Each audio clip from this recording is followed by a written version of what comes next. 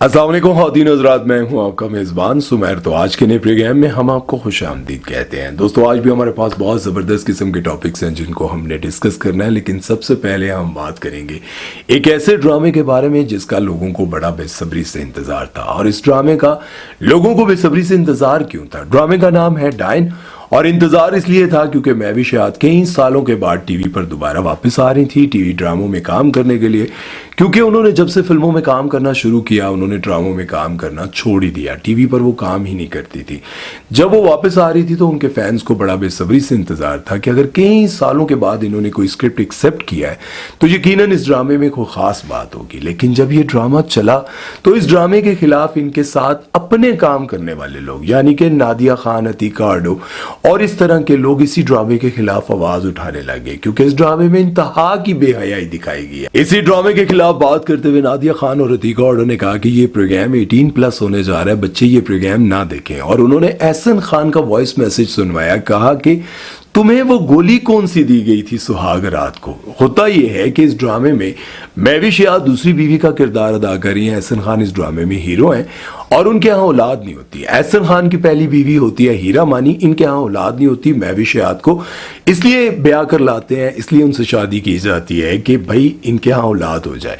जब महविश हयात को कमरे में भेजा जाता है, साईं तुम्हारा इंतजार कर रहे हैं, तो महविश हयात को एक गोली भी दी जाती है और कहा कि कमरे में जाते ही ये गोली खिला देना।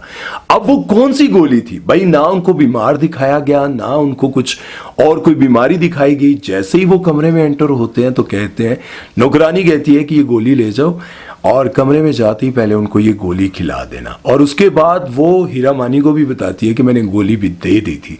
गोली को इतना ज्यादा प्रोमिनेंट किया गया है, गोली को इतना ज्यादा हाईलाइट किया गया है, इससे ये जाहिर होता है कि भाई गोली किसी खास काम के लिए थी। अब ड्रामे में क्या दिखाया जा रहा है आप खुद अंदाजा लगाएं कि ड्रामे में ये दिखाया जा रहा है कि सुहाग रात है और सुहाग रात से पहले गोली दी जा रही है। अगर इस इशू को मैं उठाता तो बहुत सारे लोग कहते हैं कि भाई वो गोली कुछ और भी हो सकती थी, इसकी भी हो सकती थी, फलां की भी हो सकती थी।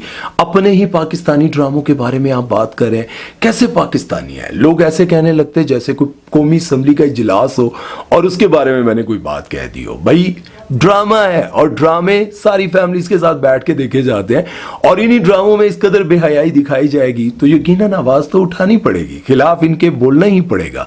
अब इस ड्रामे में ये दिखाया जा रहा है कि भाई सुहाग रात को बेगम जो है वो गोली लेकर आ रही है। अब वो गोली क्यों लेकर आ रही है? तुसी भी आडे काके नहीं हो, तुहानू भी सारियां गल्लां पता है, ये तुसी बारन मैनू दसना है। इसके खिलाफ नादिया खान और अतीका अडो बोली हैं और उन्होंने एहसन खान को भी कॉल की उसी प्रोग्राम के दौरान और कहा कि एहसन वो गोली किस चीज की थी? अब उन्होंने ब्लेंडर तो मार दिया, उनसे गलती तो हो गई है, अब वो इसको कवर करने की कोशिश कर रहे हैं, नहीं वो सर दर्द की गोली थी, नहीं तो अनु सर दर्द सुहाग रात वाले दिन सब बच्चे ना बढ़ाओ सोनू। बहरहाल इस बारे में अब आप लोग क्या कहते हैं कि जब इस तरह के ड्रामे चलेंगे तो फिर क्या रिजल्ट निकलेगा? अपनी राय जरूर दीजिएगा। चलते हैं नेक्स्ट खबर की तरफ, वो बात करते हैं लैला जुबैरी के बारे में। लैला जुबैरी ने एक इंटरव्यू में बताया कि 80 की दहाई में मैं शारजा में क्रिकेट मैच देखने गई और वहां पर मुझे राज कपूर मिले और राज कपूर ने मुझे फिल्म हिना के लिए ऑफर की। मैं वो फिल्म करना चाहती थी, मेरा बड़ा दिल था उस फिल्म में काम करने का, क्योंकि लैला जुबैरी उस वक्त की क्या आज भी वो लैला बहुत खूबसूरत है और यकीन जाने कि वो इस इंडस्ट्री की एक अलग ही खातून है जिनका इखलाक बहुत ऊपर, खूबसूरती इंतहा की और काम वो तो सबको पता ही है। वो कहती हैं कि उस फिल्म के लिए जब मुझे ऑफर हुई तो मैं फिल्म करना चाहती थी, इंडिया में जाना चाहती थी, लेकिन मेरे शोहर जो चूंकि फौज में थे उनकी जॉब की वजह से मैं ये फिल्म नहीं कर पाई। लेकिन उसके बाद उन्होंने मरीना खान और शहनाज शेख को भी ये फिल्म ऑफर की, लेकिन हम तीनों ने इस फिल्म से मतलब किनारा किया, हम लोगों ने इस फिल्म में काम नहीं किया।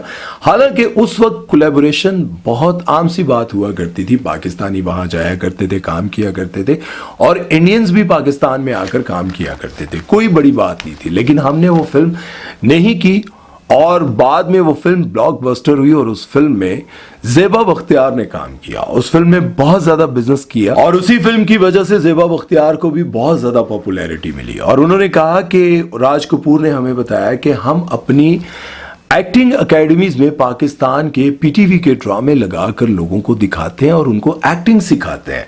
आप अंदाजा लगाएं कि हमारे पाकिस्तानी ड्रामों को आज भी, ये नहीं कि पीटीवी के दौर में मतलब 80 की दिहाई में ही दिखाए जाते थे, और 80 की दिहाई में, इसमें कोई शक नहीं कि 80 की दिहाई में हमारे ड्रामे वहां पर जब चला करते थे तो वहां के पुराने लोगों से आप पूछ सकते हैं, जो इंडियंस मुझे देख रहे हैं वो अपने पुराने लोगों से पूछ सकते हैं, जो बूढ़े हैं उनसे पूछें कि हमारे ड्रामे जब चला करते थे तो क्या वाकई वहाँ की सड़कें सुनसान हो जाती थी? हमारे ड्रामों की कहानियाँ ऐसी हुआ करती थी।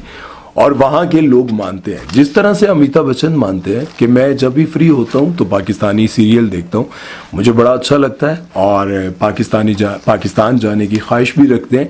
पाकिस्तानी ड्रामे आज भी यूट्यूब पर जो उनके बिलियंस में व्यूज़ आते हैं वो ज़्यादातर इंडिया से होते हैं, इंडिया में ज़्यादातर देखा जाता है। बहरहाल आप लोग क्या कहते हैं, अगर लैला जुबैरी जी को उस वक्त ये फिल्म ऑफर होती और वो ये काम करती, या फिर मरीना खान या फिर शहनाज शेख, इन तीनों में से कोई और काम करता, तो कौन बेस्ट रहता?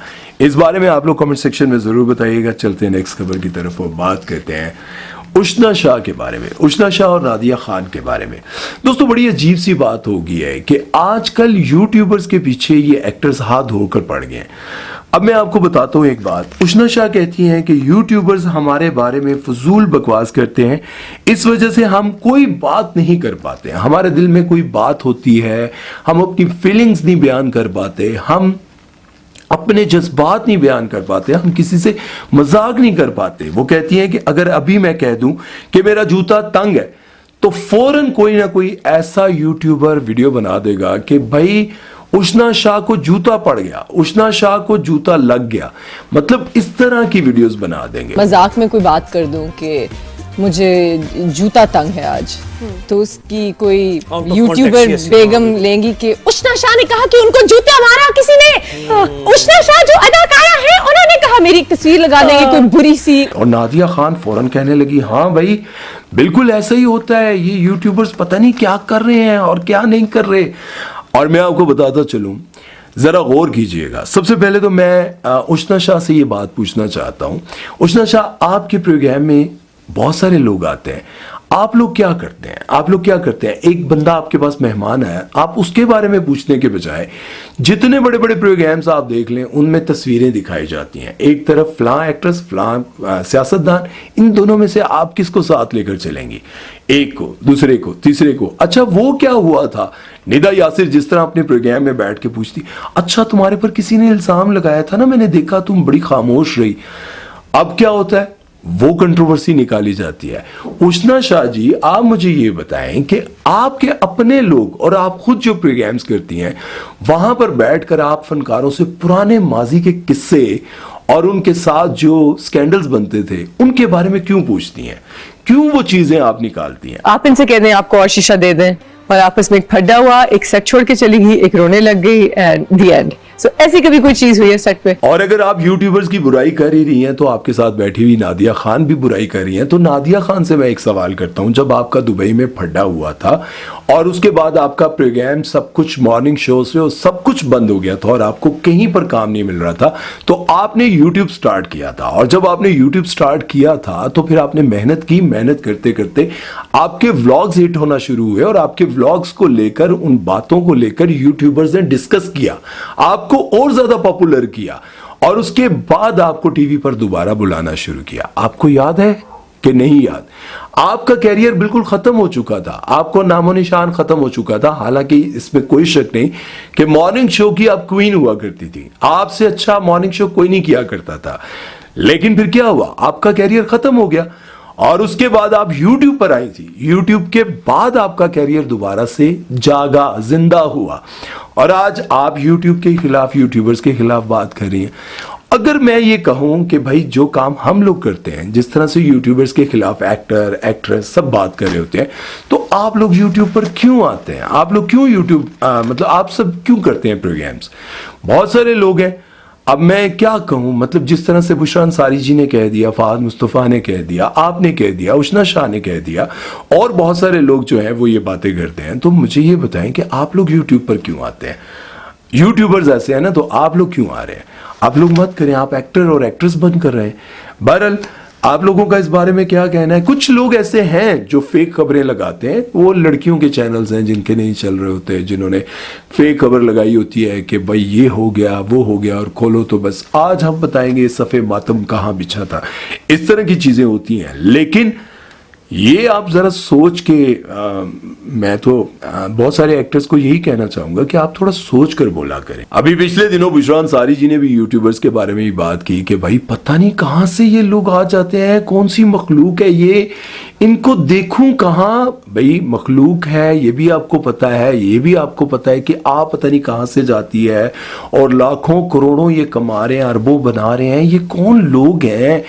बुशरा अंसारी जी ने भी ये बात की, और उसके साथ साथ उन्होंने ये भी कहा कि मैं तो हैरान हूं जो लोग इनको देखते हैं, इन पे मुझे कोई हैरानी नहीं होती, मुझे हैरानी उन लोगों पर होती है जो इनको देखते हैं। हम इस दुनिया के नहीं है जिसमें ऐसी ऐसी चीजें हम देख रहे हैं कि या अल्लाह ये कौन कौन सी मखलूकें हैं और वो पता नहीं क्या ही करोड़ों अरबों रुपए ही बना रहे हैं और पता नहीं क्या ही वो कर रहे हैं। मुझे तो यही नहीं पता वो कहाँ, मैं ढूंढ रही थी एक दिन एक दो लोगों का नाम मैं नहीं लेती कि वो बहुत बड़े यूट्यूबर हैं या पता नहीं टिकटॉकर है। मैंने कहा ये कहाँ देखूं मैं इनको, मुझे पता ही नहीं इनको कहाँ देख। तो उसके जवाब में डक्की भाई ने कहा कि ये कौन है?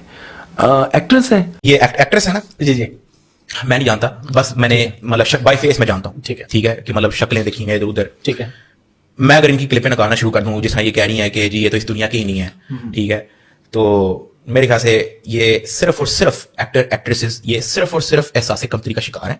आप सिर्फ और सिर्फ डायरेक्टर की इशारों पे नाच रहे हो, ठीक है, और डायरेक्टर भी आपको तभी शो दे रहा है जब आप उसके नीचे लग रहे हो। मैं ज्यादा बोलूंगा वो ज्यादा माइंड कर देंगे। उन्होंने इसलिए ये कहा क्योंकि आपने भी ये कहा था कि कौन है। आपने बिल्कुल ऐसे ही कहा जैसे आप यूट्यूबर्स की इंसल्ट कर रही हैं।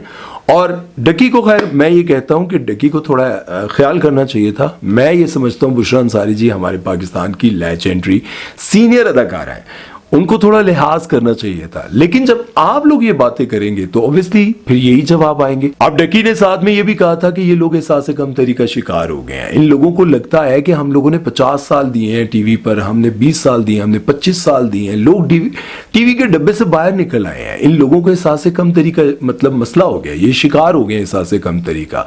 अब डकी को पाकिस्तान की सीनियर एक्टर फजीला कैसर भी जवाब देती हैं और कहती हैं कि हम ये मानते हैं कि वक्त चेंज हो गया, लेकिन आप बात करते हुए थोड़ा सा ख्याल रखें और अपनी जुबान को थोड़ा कंट्रोल में रखें।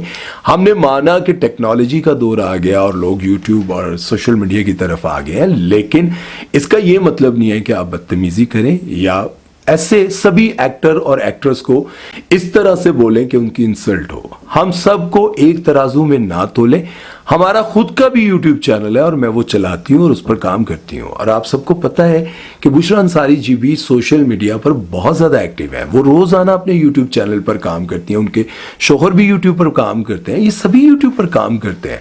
लेकिन मसला क्या है? मसला ये है कि दूसरे यूट्यूबर्स पर तनकीद क्यों करते हैं। आप जब फजीला कैसर ने ये जवाब दिया तो बुशरा अंसारी जी ने एक वीडियो लगाई जिसमें वो बहुत ही सैड और खामोश ऐसे बैठी हुई और लिखा कि खामोशी बेहतर जवाब है, ये सब्र जो है वो बेहतर है।